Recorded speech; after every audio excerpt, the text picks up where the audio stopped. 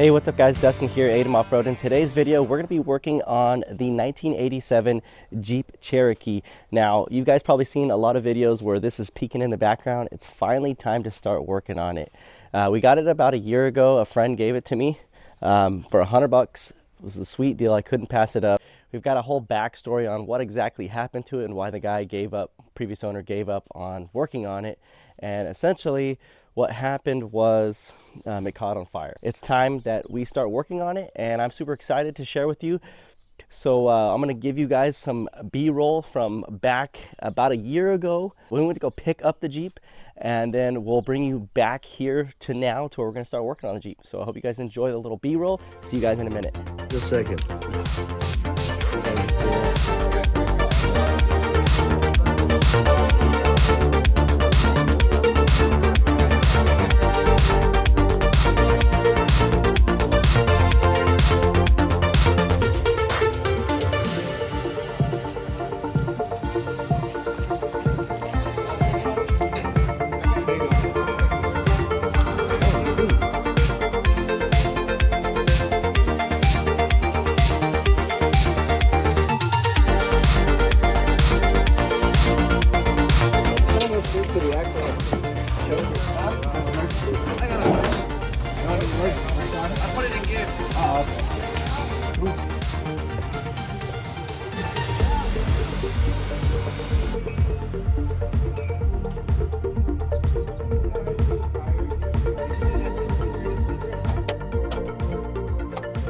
Let's get under the hood and I'll show you guys some of the damage. All right, here we go.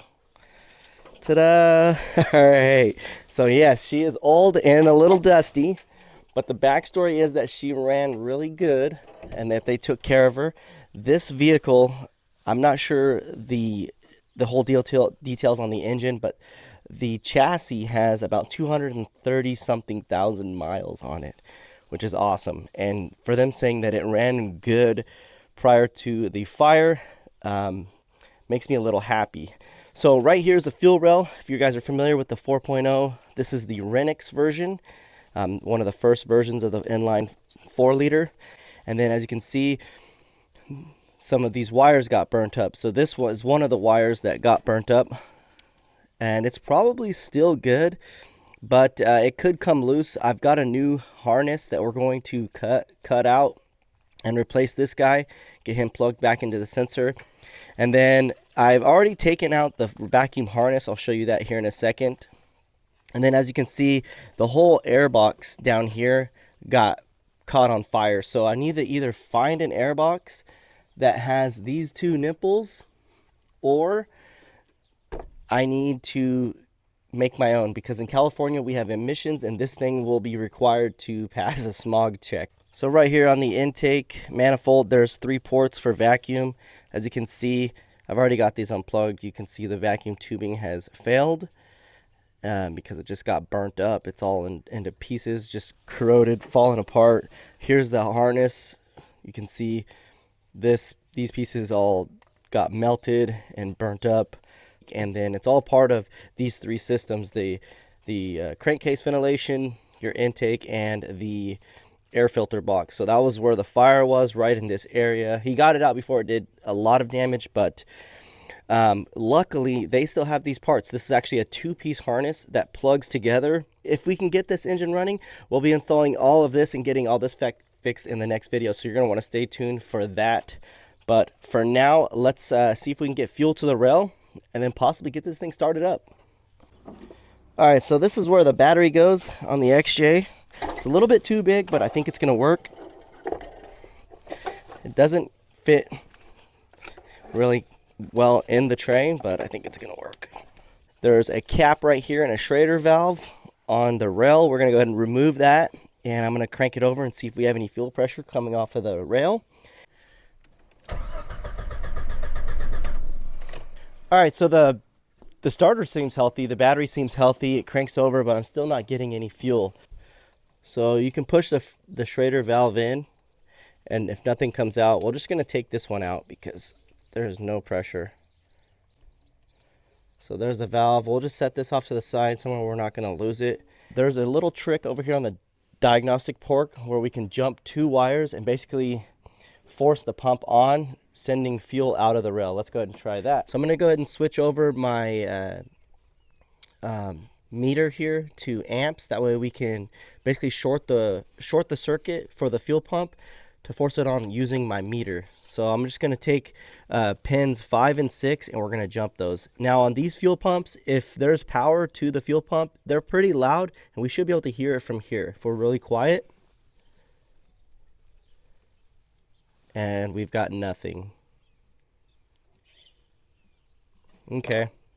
Now if I switch my meter over to volts DC and I move this lead over to volts DC, I should be able to get a voltage off the battery, and I am getting a 12.78 voltage off the battery. So I know I have power to my fuel, to my diagnostic port, but I can't jump it and force the fuel pump on using the D1 terminal 5 and terminal 6 jumping technique. So that leads me to see if now we have fuel power at least getting to the pump and that the pump is bad. So I'm going to go ahead and put this switch here, and I'm basically going to send power to the plug of the fuel pump by just jumping those 2 wires. And now I'm going to go to the back where the fuel pump connector is, disconnect that, and using my meter see if we have power. We've got the connector here disconnected. Here's my fuel pump. And then it's pretty nice because the fuel pump is actually on the side of the tank, not on the top. So right now I'm going to get my meter and see if we have power to these leads here.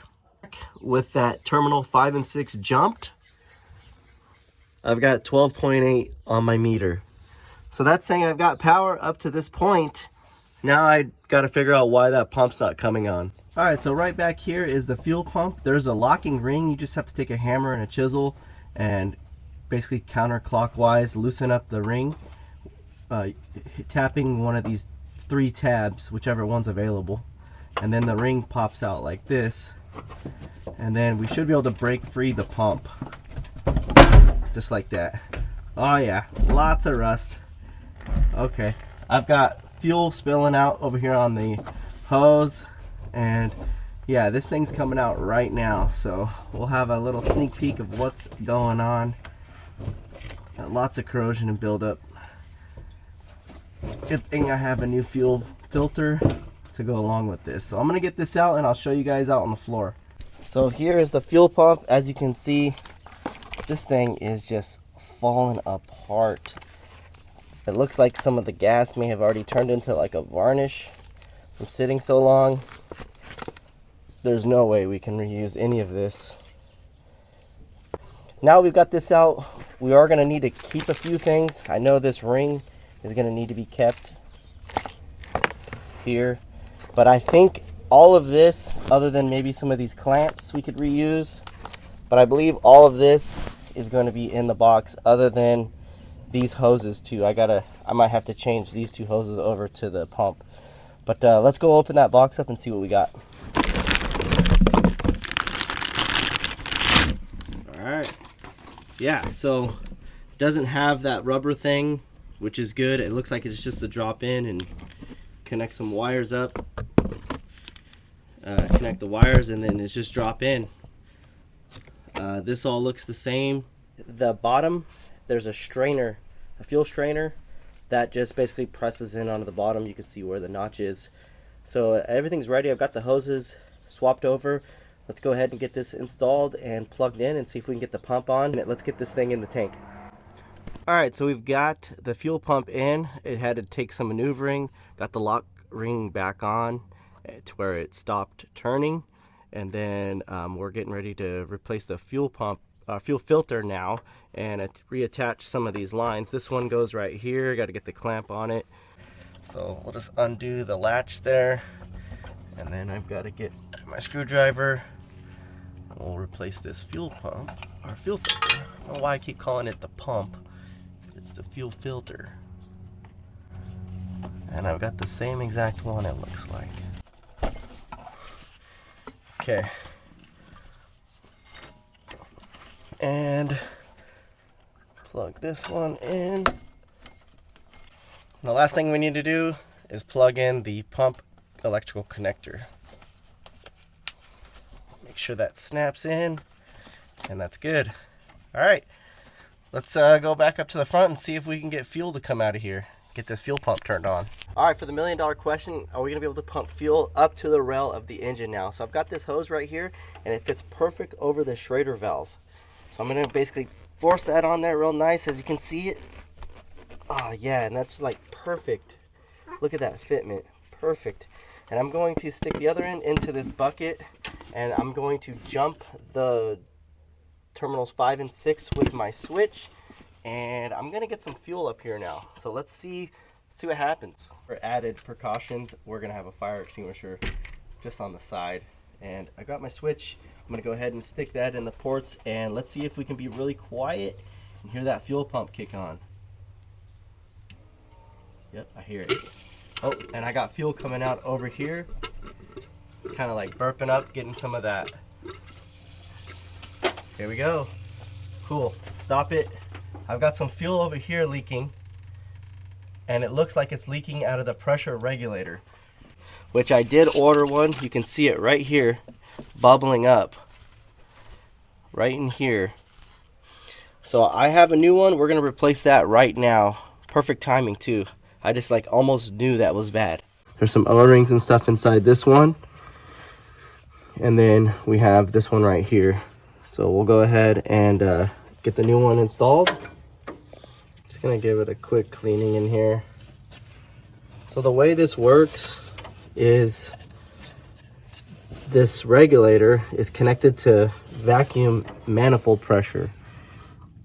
And essentially at idle, the vacuum is going to open this diaphragm up and let some of the pressure relief off of the rail, and it's going to return the fuel back into the tank.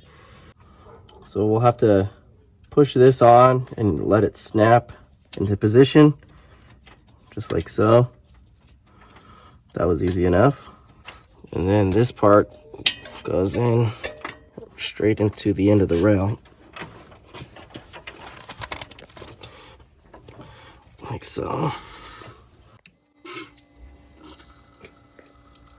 I don't see it leaking anymore. So we've got a good fluid flow, filters primed, and we've got no more leaks coming out of the rail, which is a good sign.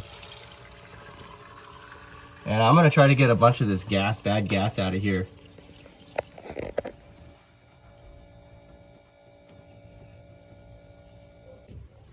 All right. As you can see, that gas looks pretty bad. I think I'm gonna have to go get some kind of fuel additive that will kind of repair bad gas. Here's another item I picked up off of Rock Auto. It is the connector for that sensor, and it's also got some of these connectors, so it's just cut and splice right in, pretty simple. So I'm gonna cut these wires here. Might just go all the way up, like so. Cut that guy off. We have yellow, black, and blue. Yellow and green is on the top. We'll just match these up with those colors there. There you have it. I'm gonna come underneath here and get the sensor plugged in. Make sure it's straight. There we go. There we have it. I'll have to get some more conduit and just kind of wrap this all up with conduit and tape.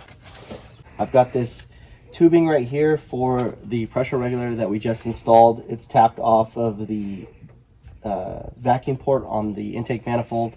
Now, I already know there's going to be a few issues right off the bat. We have vacuum leaks. None of the vacuum harness is installed. No, so as far as codes and things like that, it's going to run rough, but at least we'll get to know if it runs, if it's got a knock, if it's even worth putting any more money into it and getting a title and registration for it. We just don't know about enough. All we know is that it ran great before the fire. If the story is true, we should be able to fire this thing up and run it right now. While I was down there replacing that fuel pump, I noticed some exhaust leaks, so there's going to be problems. I'm expecting issues, but let's go ahead and do it.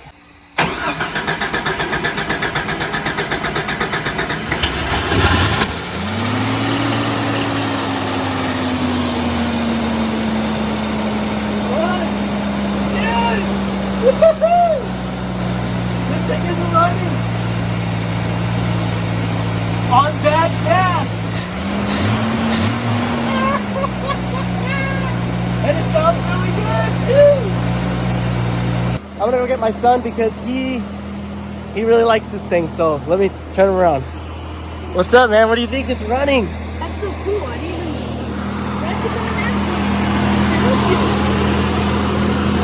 Me and Mom's been working on it.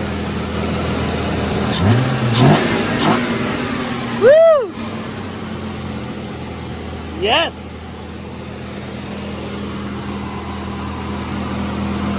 It runs! So cool.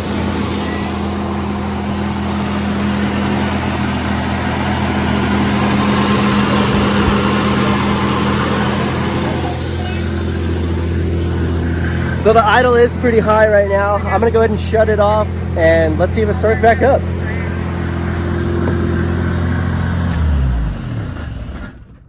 Okay. Engine's off. Started back up. What? Yeah! That is awesome. It's been sitting for quite some time and this thing is running almost to operating temperature. Very, very cool. Very cool. Alright guys, I am so pumped up. The engine sounds so good. We can't pull it out of the driveway and move it over a couple slots because I would like to have this Jeep in front of my garage because the clutch goes straight down to the floor. If you look right here in the reservoir, there's literally no oil on the clutch cylinder. It's literally turned into like goop. So I've got to either rebuild this master cylinder or just buy one. I think they're about 40 bucks at AutoZone. I'll get a new master cylinder bled, and then we'll have to possibly flush out and bleed the slave cylinder on the clutch. But from what I was told is that the clutch is brand new. So I hope the whole story is moving along and moving forward and everything turns out to be true. I'm gonna definitely order the vacuum harness and the new airbox for this engine. That way we can get it smogged. And we'll be doing all this and a couple more videos from here, but I am super excited because if this thing is running good, I want to use it as a tow pig to tow my overland trailer up to the mountains. And we can do some off-roading with my trailer because it has the big motor. This will be perfect for my little lightweight camp trailer. And I can't wait to drive it and play around with this thing. So we will see you guys on the next video. That's enough talking. We'll see you soon. Have a good day. Peace out.